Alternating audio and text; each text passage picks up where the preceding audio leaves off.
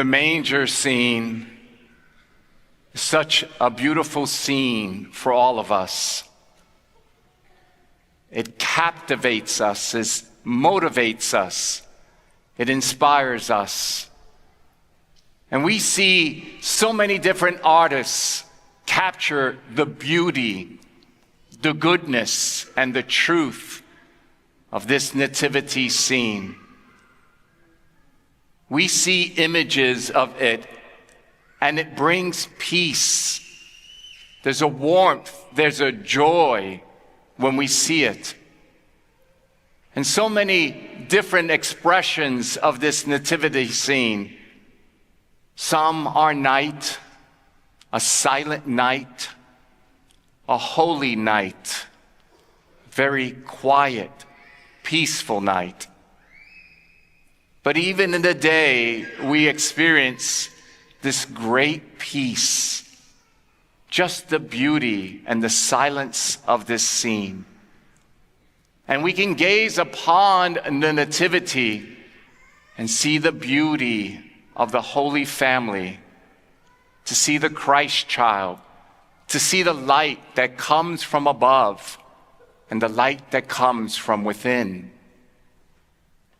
We get this peaceful scene of creation when we see the animals in the manger. We see the poverty of this scene, so poor and yet so gorgeous, so beautiful and yet so needy. We also see shepherds who come at the announcement, this good news, this great news of great joy. They go to visit the Christ child. And we will even celebrate the three magi that come. And every scene of the nativity is something of peace, no violence, no war, just tranquility, serenity, solitude, peace.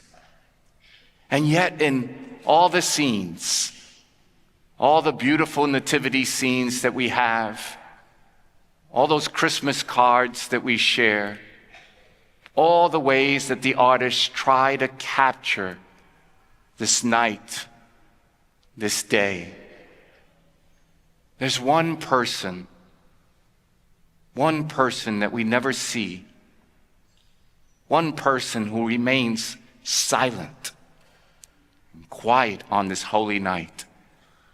And throughout all the visitations and everyone who comes to visit the Christ child and to be with the Holy Family, there's one person who's present.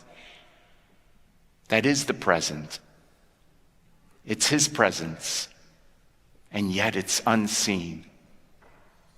It is the gift of the Father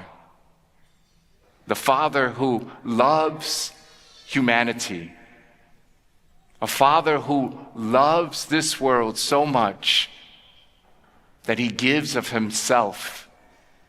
He sends himself. God becomes visible. He becomes accessible. We can touch him.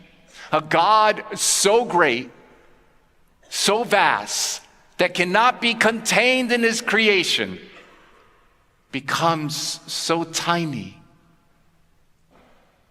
so helpless,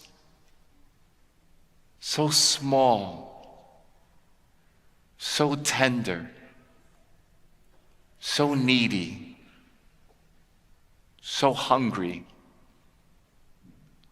for his family, hungry for humanity, hungry for creation, hungry for unity, and hungry for peace. The one that we can't see is present. The one that we don't hear is the one that we're hearing. He initiated this to gather his family, his flock, back into his arms, back into his fold. Jesus says, when you see me, you see the Father. When you hear me, you hear the Father. I am the Father's word made flesh. And the Father has only one word and one thing to say, and it is, I love you. The nativity scene is the Father saying, I love you. This is how much I love you. I cannot stand to be separated from you. I needed to come, to send my Son, to have access to you once again. The Father is the present, the presence, the gift. And Father uses a Son, and the Son is using the Father, both intimately so united through the grace of the outpouring of the Holy Spirit that they cannot be separated. The Father sends his Son so that he can embrace you once again. You cannot say no to that child. Who can say no to such a beautiful scene, to such a nativity, to such a gracious child? We hear that a child is born for us. A Son is given to us. Yes, we'll call him Wonder Counselor and God Hero and Father forever and Prince of Peace. The Merry Christmas, the joy, is the Father who sends his Son into this world to heal it, to reconcile it, and to bring it unity and peace. God's family, his holy family, it's meant for you and for me. When you gaze upon the nativity scene, whether in cards, whether in art, or whether in structure, look closely. Listen closely. Draw closer. It is all about the Father's love.